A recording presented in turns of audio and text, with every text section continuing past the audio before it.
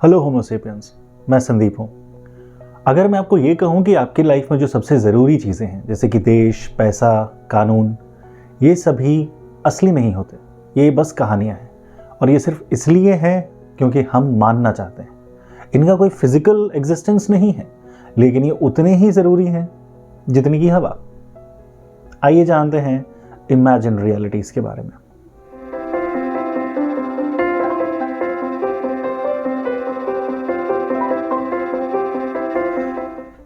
हाँ तो दोस्तों, कहानी की शुरुआत होती है तब से जब हमने कॉग्निटिव रिवॉल्यूशन के समय में कदम रखा। उसकी वजह से ये हुआ कि जानवरों में और हम में थोड़े अंदर आने लगे। चिंपैंजीज, हम और या दूसरा कोई जानवर एक परिवार के तौर पे तो एक साथ रह सकता है। अगर परिवार का जो लीडर है फैमिली का, वो अगर किसी बात के लिए इन सबको मनाना चाहता है तो उसको कुछ ज़्यादा झूठ बोलने की ज़रूरत नहीं पड़ती थी। वो सीधे सीधे कह सकता है कि जानवरों का हमला हो सकता है इसलिए बाहर नहीं जाना है, लोग चुपचाप उसकी बात मानेंगे। लेकिन जैसे जैसे कॉग्निटिव रिवॉल्यूशन की वजह से हमारी समझ बढ़ती चली गई, हमने भाषा का विकास किया और भी बहुत सारी चीज़ों का विकास किया। उसकी वजह से हमारे पास एक और ताकत आ गई, दूसरों से अच्छे से कम्युनिकेट कर पाने की ताकत। जिसकी वजह से जब हम बड़े झुंडों में रहने लग गए, मान लें 150-200 लोगों के झुंड में, तो हमें बहुत ज़रूरत पड़ी ऐसी झूठी कहानियों की जिनकी वजह से इन सभी लोगों के बिहेवियर को कंट्रोल किया जा सके। जैसे कि अगर आप ऐसी जगह रह रहे हो जहां 300-400 लोग रह रहे हैं साथ में, तो आपको उन सबको बहुत सारी चीज़ों के लिए कंट्रोल करना पड़ सकता है, क्योंकि बायोलॉजिकल जो हमारे अंदर डेवलपमेंट होते चले गए हैं और जो लक्षण है वो हमेशा रहने ही वाले हैं। इसका मतलब ये कि अगर उन 200 में से लोगों को किसी को भूख लग जाए बहुत ज़ोर से, तो इंस्टिंक्ट ये कहेगा कि उसको किसी भी तरीके से खाना चाहिए। उसके लिए वो कुछ भी कर सकता है, किसी के घर जाके खाना लेकर भी खा सकता है बिना किसी को बताए। पर ये सही नहीं होगा और लोगों को पता था कि इसकी वजह से बहुत सारी परेशानियां आ सकती हैं। इसलिए उन्होंने कंसेप्ट बनाए, कहानियां बनाई कि इस तरह का काम करना अच्छा नहीं है। और ऐसी और भी बहुत सारी बंदिशें और बहुत सारी कंट्रोल करने वाली चीज़ें उन्होंने डेवलप की। जैसे कि किसी एक का सामान दूसरा कोई ऐसे ही ना इस्तेमाल करे, उसको एक दूसरे के लिए कुछ करना पड़ेगा। अगर आप किसी का कोई सामान लेना चाहते हैं तो बदले में उसको कुछ और दीजिए।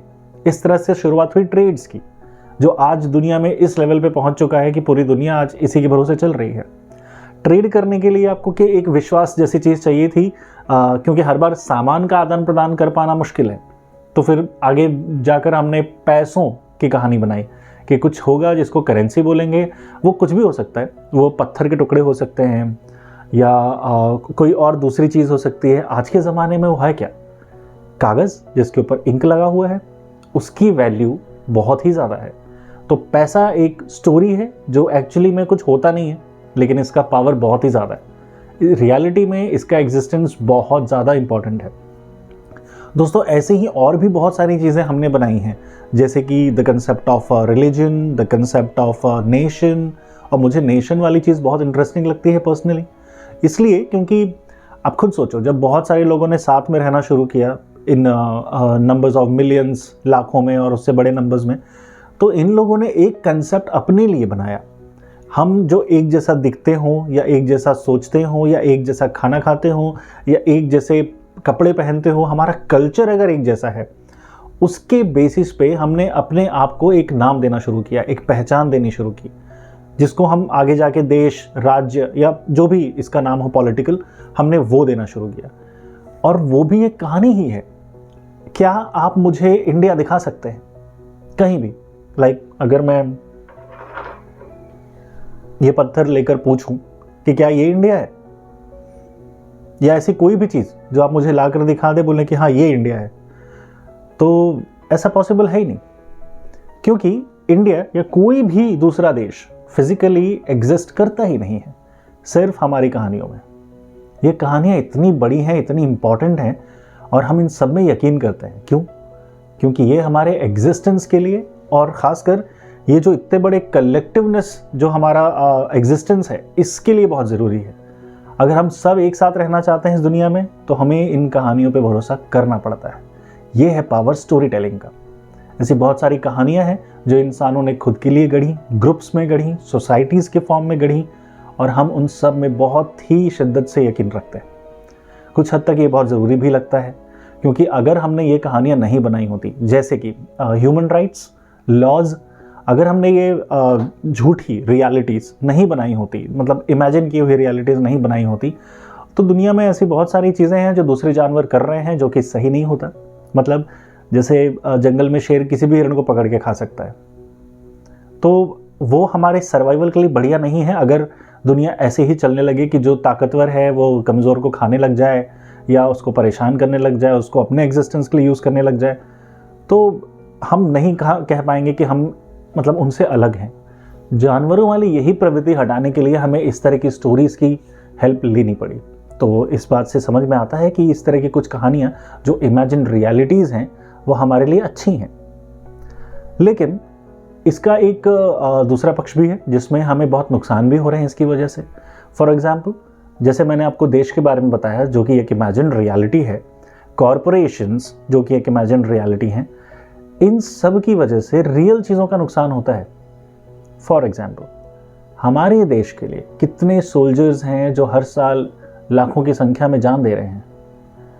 वो किसको बचाने के लिए जान दे रहे हैं?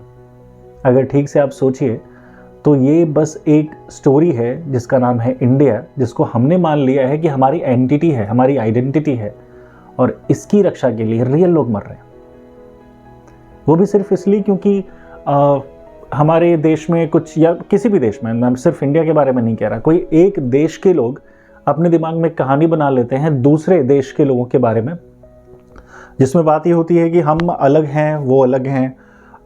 इन हमारी कहानियों में वो विलन होते हैं, उनकी कहानियों में हम विलन होते हैं, और फिर अपनी कहानी को प्रूव करने में, अपनी कहानी में खुश रहने के लिए हम उन पे हमला कर देते हैं या वो हम पे हमला कर देते हैं, और इस तरह से मरते असली लोग हैं, राइट। सो ये इमेजिनेशन की दुनिया जो है, जहाँ हम रियलिटीज़ को गढ़े हुए हैं, हम उसी में जी रहे हैं, जो बिल्कुल फेक है, असली है ही नहीं, इसमें कुछ भी सही नहीं है, इसकी वजह से रियल नुकसान हो रहे हैं हमको। तो अगर आप इस चीज़ को समझ पा रहे हो तो आप इसको बहुत अच्छे से ऐसे समझें कि हमारी लाइफ में अधिकतर चीज़ें अब रियलिटीज़ नहीं बची हैं। जो सबसे ज़्यादा इम्पॉर्टेंट चीज़ें हैं हमारी लाइफ की, जिनकी वजह से हमारा डेली लाइफ भी जिस पे ही निर्भर करता है, वो सब इमेजिनेशंस हैं। फॉर एग्जाम्पल, एक आदमी है संतोष नाम का जो कंप्यूटर बनाकर बेचता है। तो अगर वो सिर्फ अपनी तरफ से खुद ही कंप्यूटर बना रहा है और वो बेच रहा है, अगर उनमें से कोई कंप्यूटर ख़राब निकल गया तो जो कस्टमर है वो सीधे सीधे आके संतोष को परेशान करेगा। तुमने बनाया है तो तुम मुझे कॉम्पनसेशन दो। संतोष को उसका कॉम्पनसेशन देना भी पड़ेगा, चाहे अपना घर गिरवी रखे, चाहे अपने बच्चों से काम करवाए, खुद ज़्यादा काम करे, इस वजह से। लेकिन अगर संतोष ने आगे जाके एक स्टोरी बनाई जिसका नाम रखा, शायद अपने ही नाम पे रखा, संतोष कंप्यूटर वर्क्स, और एक लिमिटेड लाइबिलिटी कंपनी के फॉर्म में वो उसको गढ़ लेता है, तो दोस्तों वहाँ मैटर बिल्कुल बदल जाता है। अब अगर कोई कंप्यूटर ख़राब होता है तो लोग संतोष को पर्सनली कभी परेशान नहीं कर सकते, वो लायबल नहीं है उसका कॉम्पनसेशन देने के लिए। वो कंपनी लायबल है जो कि एक्चुअली में कोई उसका फिजिकल एग्जिस्टेंस तो है नहीं, लेकिन उसको ट्रीट किया जा रहा है एज अ पर्सन।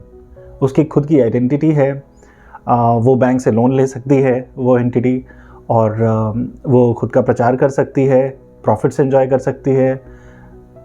तो भले ही वो एक पर्सन की तरह दिखाई दे रहा है वहाँ पे, पर वो कोई कंपनी इंसान थोड़ी होती है, कोई फिजिकल एंटिटी तो है नहीं। लेकिन संतोश ने सारे profits as a physical unit उससे लिए, लेकिन वो लायबल नहीं है सारी चीज़ों के लिए। वो आराम से अपना पल्ला झाड़ के साइड हो सकता है अगर वो कंपनी बैंकरप्ट हो जाती है। तो ये है पावर स्टोरी टेलिंग का। तो लिमिटेड लाइबिलिटीज़ कंपनी हुई, कॉरपोरेशंस हैं, कंट्रीज़ हैं, इवन सोसाइटीज़ कुछ हद तक, कास्ट सिस्टम, ये सारी वो रियलिटीज़ हैं जो सिर्फ इमेजिनेशन में है। इसका आगे जो होने वाला है वो और भी खतरनाक हो सकता है दोस्तों।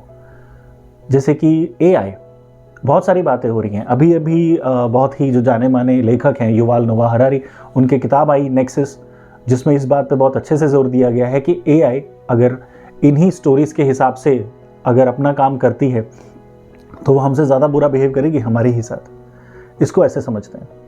अभी हमारे देश में बहुत सारे ऐसे लोग हैं जो ये मानते हैं कि अगर हम गवर्नमेंट को टैक्सेस दे रहे हैं तो गवर्नमेंट की सर्विसेज भी हमारे लिए ओरिएंटेड होनी चाहिए, स्कीम्स और बाकी सारी चीज़ें। लेकिन अगर हम इस तरह चलने लग गए ना तो बहुत तकलीफ़ हो जाएगी। आप इसको ऐसे समझिए, एक फैमिली में अगर कुछ लोग ऐसे हैं जो अर्निंग मेंबर्स नहीं हैं, लेकिन हम अभी भी उनको उतना ही प्यार देते हैं, उतना ही उनका हक बनता है फैमिली में, उनको सारी सुविधाएं मिलती हैं, क्योंकि हमारी वैल्यूज़ हमें बताती हैं। जैसे कि बूढ़े माँ बाप होते हैं, जब छोटे बच्चे होते हैं, ये भले ही कुछ कंट्रीब्यूट नहीं कर रहे हैं फैमिली में, लेकिन इनको वो सारी सुविधाएं मिलनी चाहिए जो हम अपने लिए ले रहे हैं या वो जो अर्निंग मेंबर अपने लिए ले रहा है। पर अगर हम ऐसा दिमाग लगा लें कि अगर हम सिर्फ उन्हीं को वो सुविधाएं मिलेंगी जो अर्निंग मेंबर्स हैं, तो ये मानव मूल्यों के हिसाब से नहीं है। यही बात अगर AI सीख लेता है कि सर्विसेज या फैसिलिटी सिर्फ उन्हीं के लिए होनी चाहिए जो कंट्रीब्यूटिव हैं, कंट्रीब्यूट कर रहे हैं, तो फिर तो हम तो ब्लेंडर कर देंगे, है ना। सो मेरा कहना बस ये है कि हमें अपने लिए खुद डिसाइड करना है कि हमारे लिए वो इमेजिन रियलिटी, इसकी जो लिमिट्स हैं वो कहाँ तक होनी चाहिए एज अ ह्यूमन बीइंग और एज अ होमो सेपियंस। और जब हम अपने लिए ये बात सोचने लग जाएंगे तो बाद में धीरे धीरे हम अपनी उन कहानियों के साथ आगे बढ़ेंगे जिसमें इन कहानियों के लिए बहुत ज़्यादा जगह ना हो, और फिर हम ऐसी दुनिया बना पाएंगे जो अपनी इमेजिन रियलिटीज़ की वजह से रियल चीज़ों का नुकसान ना कर रही हो कम से कम। अभी आपके ऊपर छोड़ता हूँ, आप इसको कैसे डील करना चाहते हैं। एस्ट्रोनॉमी मेरे लिए, आप सबके लिए एक बढ़िया मीडियम हो सकता है इन इमेजिन रियलिटीज़ को वे करने का, जज करने का और समझने का कि किस हद तक रियल चीज़ों को अपने साथ रखना है और किस हद तक इन इमेजिन रियल चीज़ों को अपने साथ रखना है। आप चूज़ कर सकते हैं। क्या आप सिर्फ फैक्ट्स के लिए या एस्टोनिश्ड होने के लिए या सिर्फ आश्चर्यचकित होने के लिए तारों को देखना चाहते हैं, या इसलिए देखना चाहते हैं ताकि उनको देखकर आपको ये समझ में आए कि इस ब्रह्मांड में आपकी स्थिति क्या है, आपकी जगह क्या है, और आप समझ सकें कि आप कितनी बड़ी यूनिवर्स का हिस्सा हैं। ये सिर्फ आपके बारे में नहीं है, it's about the whole humanity. मिलते हैं अगले वीडियो में कभी किसी और नए टॉपिक के साथ।